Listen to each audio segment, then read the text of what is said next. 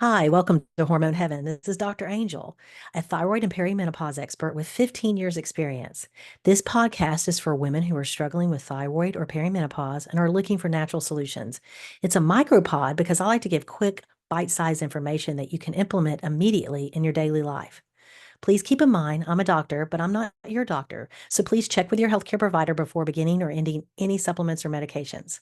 Make sure to subscribe so you can be notified of new episodes. Let's get started. In today's episode, we're talking about the hormone hierarchy.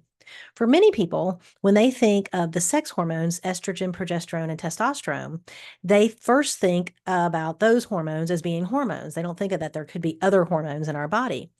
However, there are, and they're further upstream, which means they actually affect the estrogen and progesterone and testosterone as well. So, if we don't balance those other hormones first, then working on your sex hormones is going to kind of be counterproductive. And the way we address those in alternative or functional medicine is referred to as the hormone hierarchy. And I believe that the hormone hierarchy actually equals hormone heaven. So if you can get that hormone hierarchy balanced, then you are going to feel like you're in heaven. Everything's going to be working well. Now, the primary hormones in the hierarchy, the hormone hierarchy, from the bottom up are cortisol, insulin, thyroid, and then the sex hormones. So the sex hormones are actually the last hormones to be balanced. We have to balance all these other things first before the sex hormones can be balanced. So, what is critical to understand, however, is that you can't adequately address secondary hormones until you've addressed primary hormones. So, secondary hormones are those sex hormones. So, we're going to take a look at them now in order on how you want to work on them. Okay, so remember, we're starting with a hormone hierarchy, and the first hormone we work on is cortisol. Cortisol is produced in our adrenal glands.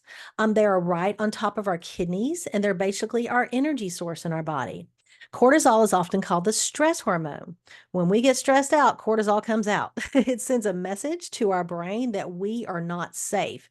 And so, if we are stressed and our body doesn't feel safe, nothing's going to be working. So we're not going to have energy. We're going to be tired. We're not going to produce sex hormones because the adrenals, by the way, not only do they produce cortisol, but they produce estrogen, testosterone, and progesterone as well. So we need to have this cortisol working well.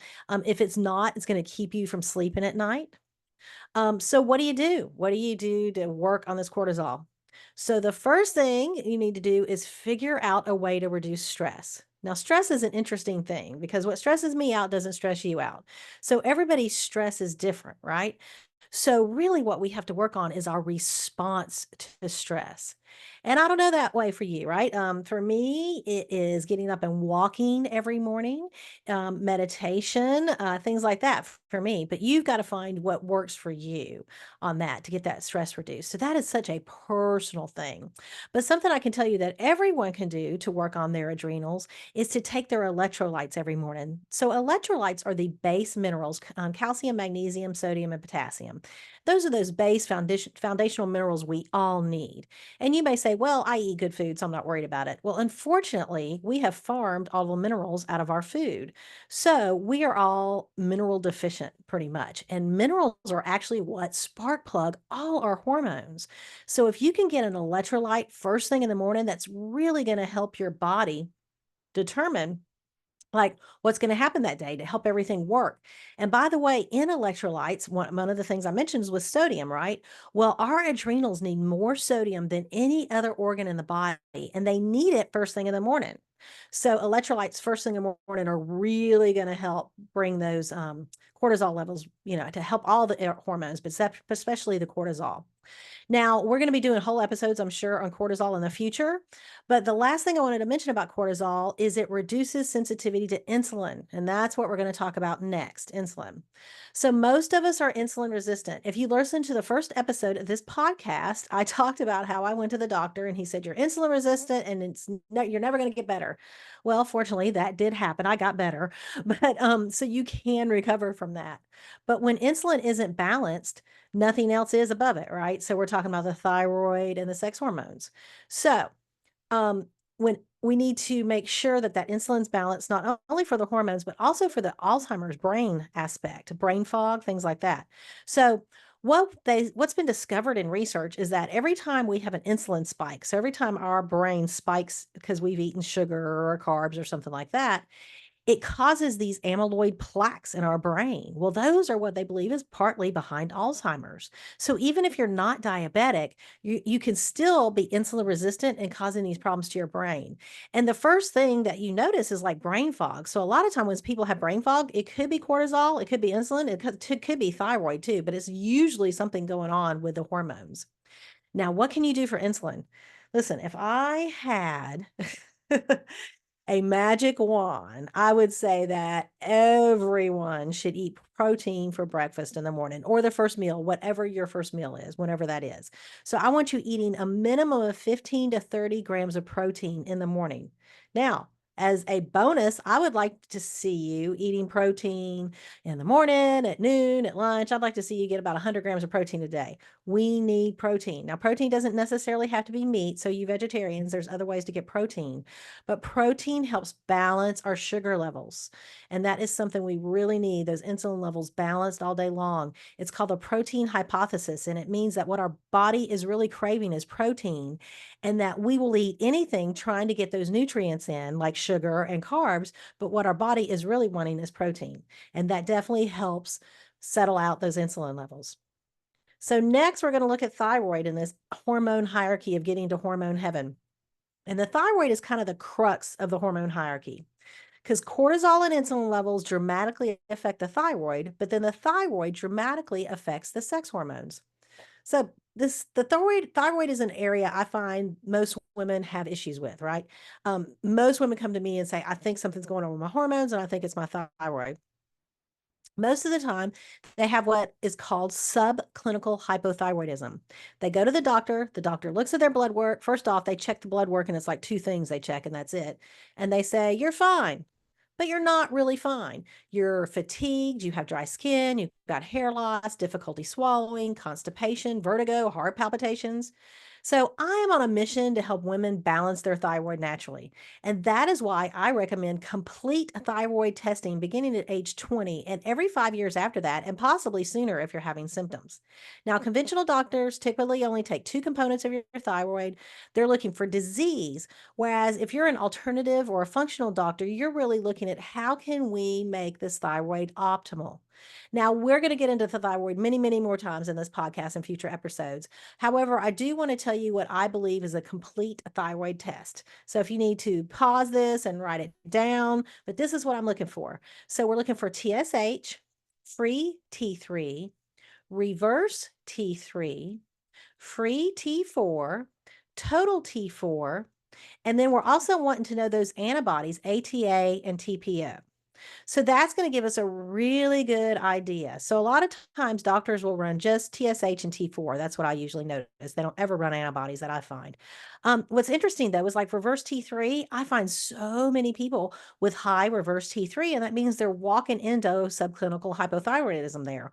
Or I'll find people with antibodies. They haven't started that subclinical hypothyroidism yet, but they have the Hashimoto's, which will turn it into the subclinical hypothyroidism. So we really need to know these numbers. These are something every woman should know, because we women are more likely to get it than anybody else. Men don't get thyroid issues as much as women do. And one of the reasons is that the thyroid responds so much to hormone fluctuations. So anytime your cortisol fluctuates, anytime your insulin fluctuates, that is affecting the thyroid. And think about it. They say women go through like 6 different phases, hormonal phases in their lifetime. So we're constantly moving up and down. We're on this roller coaster where men, they go through 2. So we're just really more likely to get this. Now, once you get this blood work taken, you really want someone like me, a functional or alternative doctor, to look at it and make sure that everything falls in with functional ranges rather than the ranges of disease, because we're looking to make you feel better, not have you just that you're in a disease state. We want to actually get better than that. Now, depending on your thyroid blood work results, depends on how we go about assessing your thyroid health and what to do about it. So like if there's an autoimmune Hashimoto's involved, then we may have to restrict some gluten, right? I mean, gluten has definitely been shown when you have autoimmune thyroid issues to cause an issue. Sometimes, however, it could be something as simple as eating 2 Brazil nuts a day to make sure you're getting the selenium you need. So, really, it's a wide range of things that we would do for you, but it really depends on your blood work and what is happening with that. Now, once the thyroid is balanced, then we start looking at the sex hormones. And those sex hormones, again, are progesterone, testosterone, and estrogen. Now, typically, I find that when clients, by the time we get to this level of hormone hierarchy, like to the sex hormones, which is at the top, most of the symptoms have gone away. Like, because we've balanced those cortisol, insulin, and thyroid. And now everything is kind of doing really good. Now, in perimenopause, which can start as early as 35, this can really affect the thyroid. So I did want to mention that. That's also when we see the sex hormones being affected. Okay. So once we have those bottom three hormones, cortisol, insulin, thyroid, balance. If the sex hormones are still not balanced, we could do things like seed cycling or some nutritional things. I will be doing an episode on seed cycling in the future. This may be a good point as well to mention that we have to look at your blood work, urine testing, or saliva testing for hormones.